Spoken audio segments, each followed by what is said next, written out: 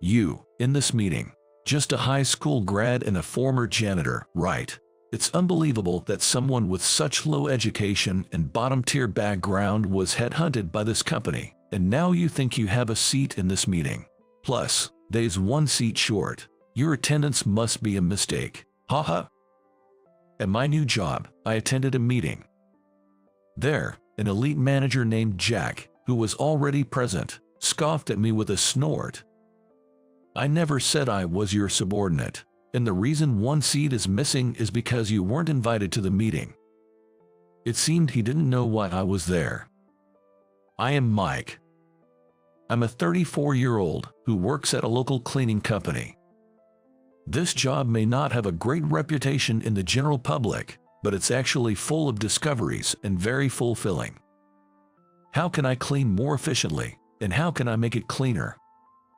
While thinking about it, I'm constantly experimenting and trying new things. In doing so, I've even modified cleaning tools and recently started DIY projects.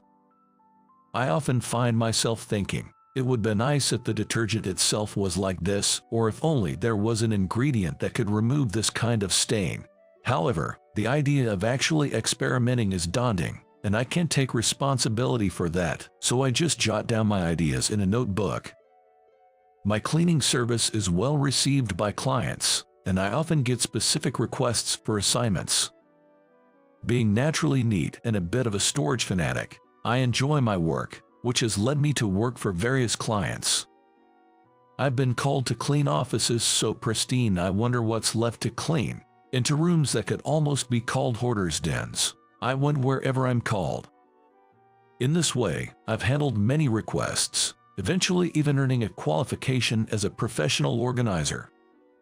Lately, my work has expanded beyond my regular clients to various companies, keeping me thankfully busy. Recently, I've received many requests from a manufacturing company called Anderson Industries, and the president of the company has been particularly supportive. Initially, it was business as usual, but after the president struck up a conversation with me one day, we've become familiar enough to chat whenever we meet. I usually visit Anderson Industries once a week, but there was a time I couldn't do so due to a prior commitment, and another employee went instead. Of course, the person who came in today worked really hard, and it's not that they did anything wrong, but I still prefer having you, Mike. I was told that after returning to the office, I felt bad for the employee who covered for me, so I decided to make it a rule to go there every Wednesday. Though I don't know what Mr. Anderson sees in me, he trusts me immensely, even having me clean his home every Saturday. I couldn't think of why he favored me so much, but I was happy just to be appreciated for my work. Then one day, the president of the cleaning company I currently work for suddenly passed away. While all of us employees were grieving, the president's son took over. However, this new president was a big spender, leading to misuse of funds, unnecessary expenses, and even problems with clients, endangering the company's very survival.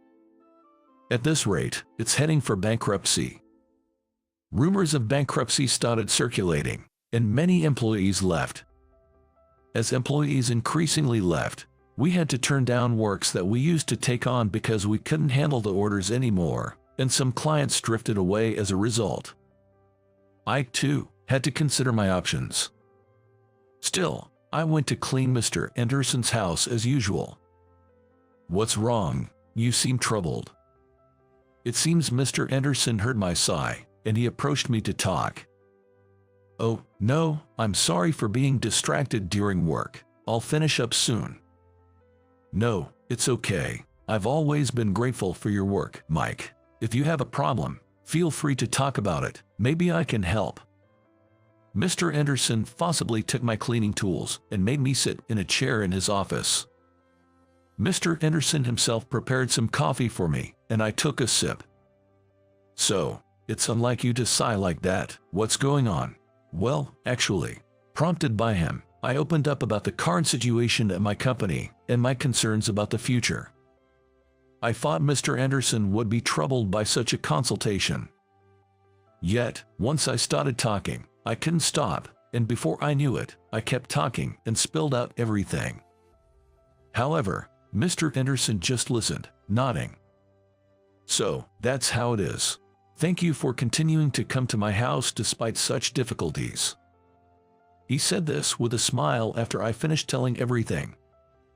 No, I'm grateful to you, Mr. Anderson, for always requesting me. I'll come no matter how busy I am. That's good to hear. I've never seen anyone do cleaning work as happily as you, Mike, but at this rate, you might not be able to come to my house anymore. You're right. If things continue this way, the company might indeed be in trouble. I guess I really need to consider switching to another cleaning company. As I was thinking this, Mr. Anderson suddenly made a proposal. If it's okay with you, Mike. Yes. How about working for us? That was my first experience of being headhunted. I beg your pardon. Honestly, there's nothing I can do about your current company, but I'd hate to lose you. Oh, if you switched to another company, it's not guaranteed you'd still come to us. That's true. So, it seems faster to hire you directly. Mr. Anderson smiled warmly. I blinked several times, unable to believe what I was hearing. Headhunting a cleaner? I've never heard of such a thing. But looking into Mr. Anderson's eyes, I could tell he wasn't lying. Besides, he's not the kind of person to tell such lies. How about starting as soon as tomorrow? Mr. Anderson immediately called his secretary and announced that he was hiring me. The secretary glanced at me and agreed. It seemed that he was serious. Starting tomorrow is a bit sudden. I have other client requests to fulfill. Haha, I guess I was too hasty. Sorry for rushing you. No, it's fine. But I would prefer you start as soon as possible. Could you talk to your boss as soon as you get back today? Once things are settled, please contact me right away. He handed me a business card with his phone number written on it. Are you really going to hire me? Of course, you know how much I value you. I want you to continue your work here. Thank you. And so, my job switch was settled surprisingly smoothly. 2 weeks have passed after being headhunted by Mr. Anderson. I officially resigned from the cleaning company and joined Anderson Industries. Today is my first day at work. Feeling a bit nervous, I adjusted my collar, checking for dust and stains on the suit I was wearing. This suit was actually a hand-me-down from Mr. Anderson. Since I had joined a cleaning company immediately after high school graduation, I never had the occasion to wear a suit and only owned a recruitment suit. I was thinking that being 30 plus, wearing the recruitment suit is probably not a good idea. You probably haven't had many occasions to wear a suit before. Mr. Anderson said so. Grateful for the kindness of others, I patted my cheeks a few times to psych myself up. After entering the building, I asked the receptionist to inform Mr. Anderson of my arrival, and first went to greet him. "Oh, Mike, you're here. Good morning. I look forward to working with you." "Yes, I'm looking forward to it too. I have high expectations for you." "Thank you, I'll do my best." A secretary was assigned to show me around the office. Feeling humble, I visited each department to introduce myself. Everyone in each department knew that I had been coming and going as a janitor, and many had become familiar faces over time, so there was a welcoming atmosphere. Finally, I headed to my new department, the product planning department, and introduced myself to everyone. "Starting today, I'll be working with you. My name is Mike. Nice to meet you." Though nervous, I was relieved to be warmly received. Then, I noticed one empty seat. "Whose seat is that?" "Oh, that's Jack's seat. He's been in a meeting since this morning, and isn't here right now." "I see." Nodding at the words of the woman from the planning department, I suddenly remembered that I was also supposed to attend that meeting. I quickly checked the time and then hurriedly asked for and headed to the meeting room location. Fortunately, there was still a little time before the meeting started, and only one other man was present. This man was probably Jack. I needed to greet him properly. "Are you Jack? I believe. I apologize for the late introduction. I've been assigned to the product planning department starting today. My name is Mike, and weren't you just the bottom rung janitor here until last week? What are you doing here?" Jack cut me off mid-sentence and confronted me. "Mr. Anderson instructed me to attend this meeting." "You, at this meeting? You're just a high school graduate and former janitor. How can a person with such low education be recruited by this company, let alone have a seat at this meeting? There's one less chair than needed, meaning there's no seat for you." As Jack aggressively confronted me, I scratched my head, wondering what to say. "Well, first of all, that seat is mine, so I'm definitely attending the meeting, Jack. I said I belong to the product planning department, but I didn't say I was your subordinate. And about this meeting, you don't need to attend, so the number of people is just right." "What? Not a subordinate? Impossible." As Jack said this, he looked at the nameplate on the seat I pointed to. What does this mean?" The nameplate read, "Product Planning Department Head, Mike." "Nothing much, just that I've been appointed as the head of the product planning department from today. Jack, you're my subordinate from now on." "This can't be happening," Jack shouted, throwing my nameplate to the floor. Just then, the door to the meeting room opened and the executives gathered. "Hey there, Mike. It's your first day today, right? Looking forward to working with you." "Early start, huh? Everyone's got high hopes for you. Counting on you, buddy." As everyone greeted me warmly, they took their seats. Although Jack was breathing heavily with anger, the scene in front of him seemed so unbelievable that his expression gradually turned into one of utter confusion. In the midst of this, someone kindly picked up my name tag that was dropped on the floor. "Mr. Anderson, good day to you." It was Mr. Anderson. "Mike, any trouble here?" As he returned my name tag to my desk, he looked curiously between us. "No, nothing at all." "Is that so? By the way, why is Jack here?" Well, the workday should have started by now. We have a meeting soon, so you should head back to your department quickly." At Mr. Anderson's words, Jack grumbled something under his breath and left the meeting room, looking unsatisfied. "All right, everyone. I think you might already know, but I'd like to introduce our company's new member. As some of you may know, effective today, I've been assigned to the product planning department. My name's Mike. Pleased to meet you all." Following Mr. Anderson's introduction, I introduced myself and was met with warm applause from the executives. Mike here was in charge of our company's janitorial duties until recently. He's skilled and trustworthy. I wanted him to fully demonstrate the cleaning know-how and innovative ideas he has cultivated over time, so I selected him to head the product planning department, which was vacant.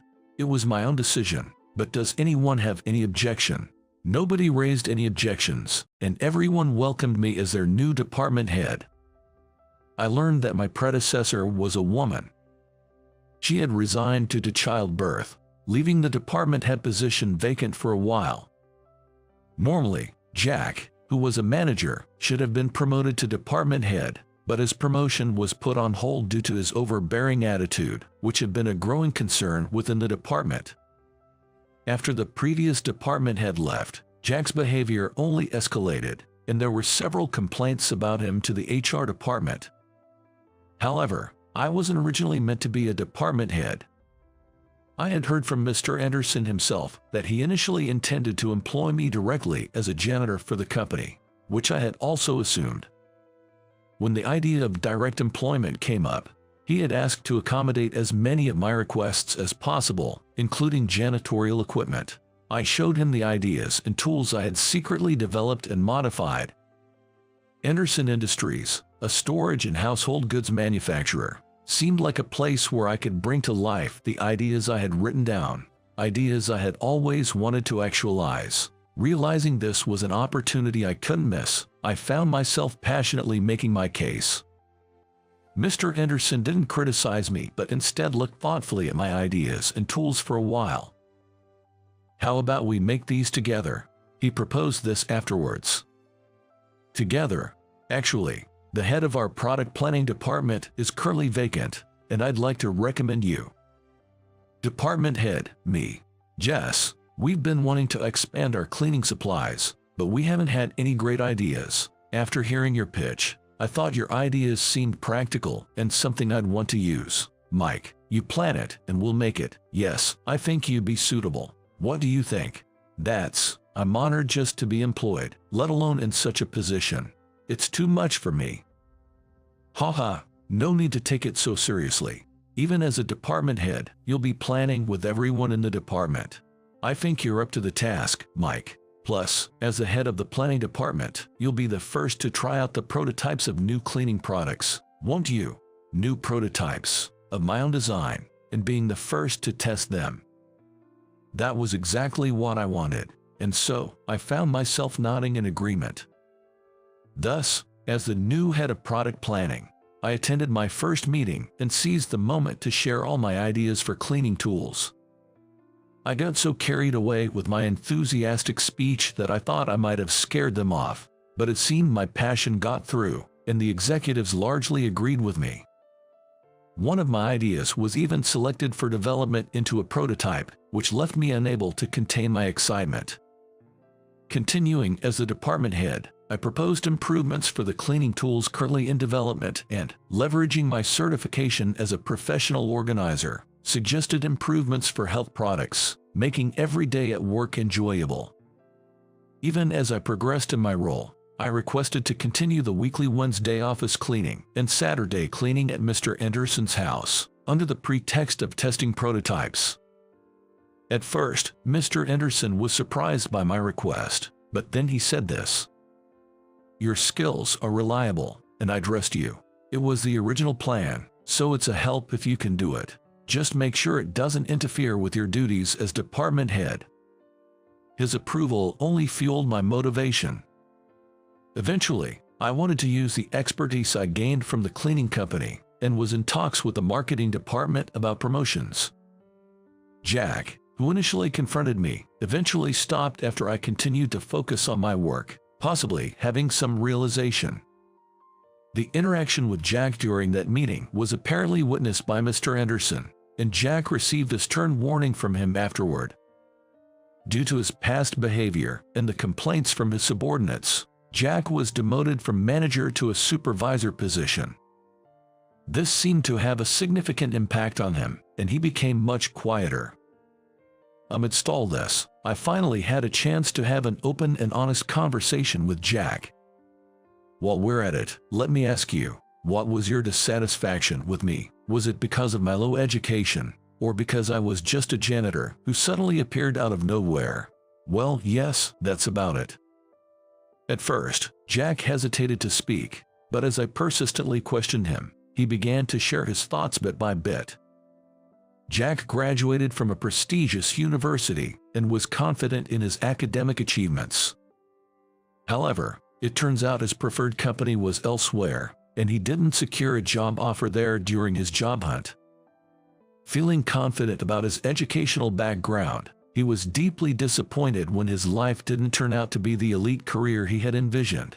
Despite being hired at this company, his enthusiasm eventually turned into resentment, thinking, "I can't end my career in a company like this." Even under the previous department head, I couldn't accept working under a woman. I looked down on her, thinking, how dare she, being a woman? I'd even resorted to harassing her behind her back. Is that so? After she left, I naturally thought I, as the manager, would be promoted, but then, to my dismay, someone with lower level of education became my boss. It felt so empty, wondering why someone who just showed up out of nowhere gets valued and becomes the head, while I get no recognition at all. That's probably why, right there. But even if you say that, Jack, looking down, seemed not to fully understand what he had done wrong. I may indeed have a lower level of education, and I understand how working in a cleaning company is perceived by society. I just liked the job of cleaning, not because I had any special confidence in myself. However, thoughts like I want to create this kind of product, It would be better if it was like this, or this might make it easier to use and lessen the burden. I believe I have more than anyone. I'm not creating these things just to be evaluated by a supervisor. I did the cleaning work originally because I liked it. The previous department head probably planned things from a woman's perspective, closely aligned with the consumers. That's why she became the department head. It's not about being a woman or a man. It's about being evaluated based on achievements, which you, Jack, should have known better. But what about you, Jack? Have you ever thought about the consumers? Have you considered this could make it better, or let's try this? Have you only been thinking about getting evaluated yourself and not empathizing with the consumer's feelings? That's maybe true. It's about that. The most important thing in the product planning department is probably that mindset. Maybe this department isn't the right fit for you. Maybe even this company. Everyone has their strengths and weaknesses. If you want to be valued, you need to find the right place for yourself. You won't get the appreciation you want if you don't stand in the right ring. Jack couldn't argue against my words and was at a loss for words. Look, you can't sell vegetables in a clothing store. It's the same as that. Even if you wait, you won't get the appreciation you want. If you want to be valued in the planning department, you need to change your mindset.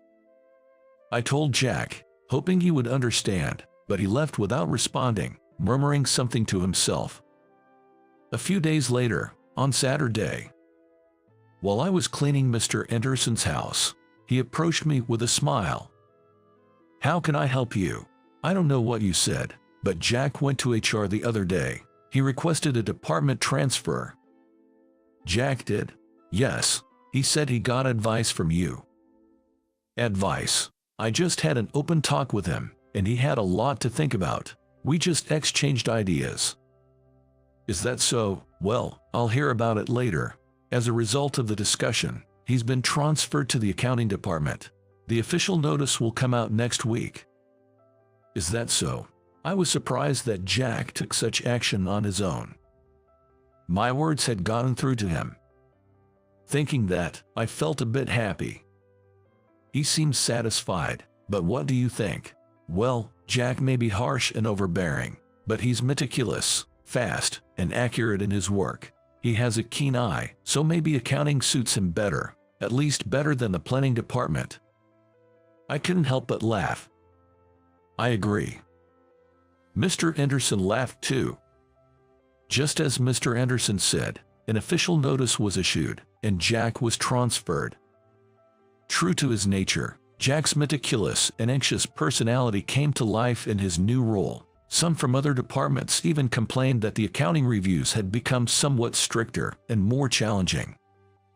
However, he seemed to be enjoying his work, exhibiting his skills. He was seemingly quite valued in the accounting department. He hadn't completely lost his overbearing nature, but it appeared he no longer got unreasonably angry or made sarcastic remarks. It was a relief to see that accounting, not the planning department, was a better fit for him. Finding the field that suits you is important, isn't it? Yes, it is. You seem to fit perfectly in your current role, and as the one who promoted you, I'm very proud. I'm just working hard, that's all. That's what makes it impressive. Well, I'm counting on you in the future, Mike. Yes, of course. I nodded to Mr. Anderson and then returned to the planning department. Okay, everyone, move to the conference room. The planning meeting starts in 5 minutes. I want to continue coming up with plans that will be helpful to someone through this company. I felt strongly about that.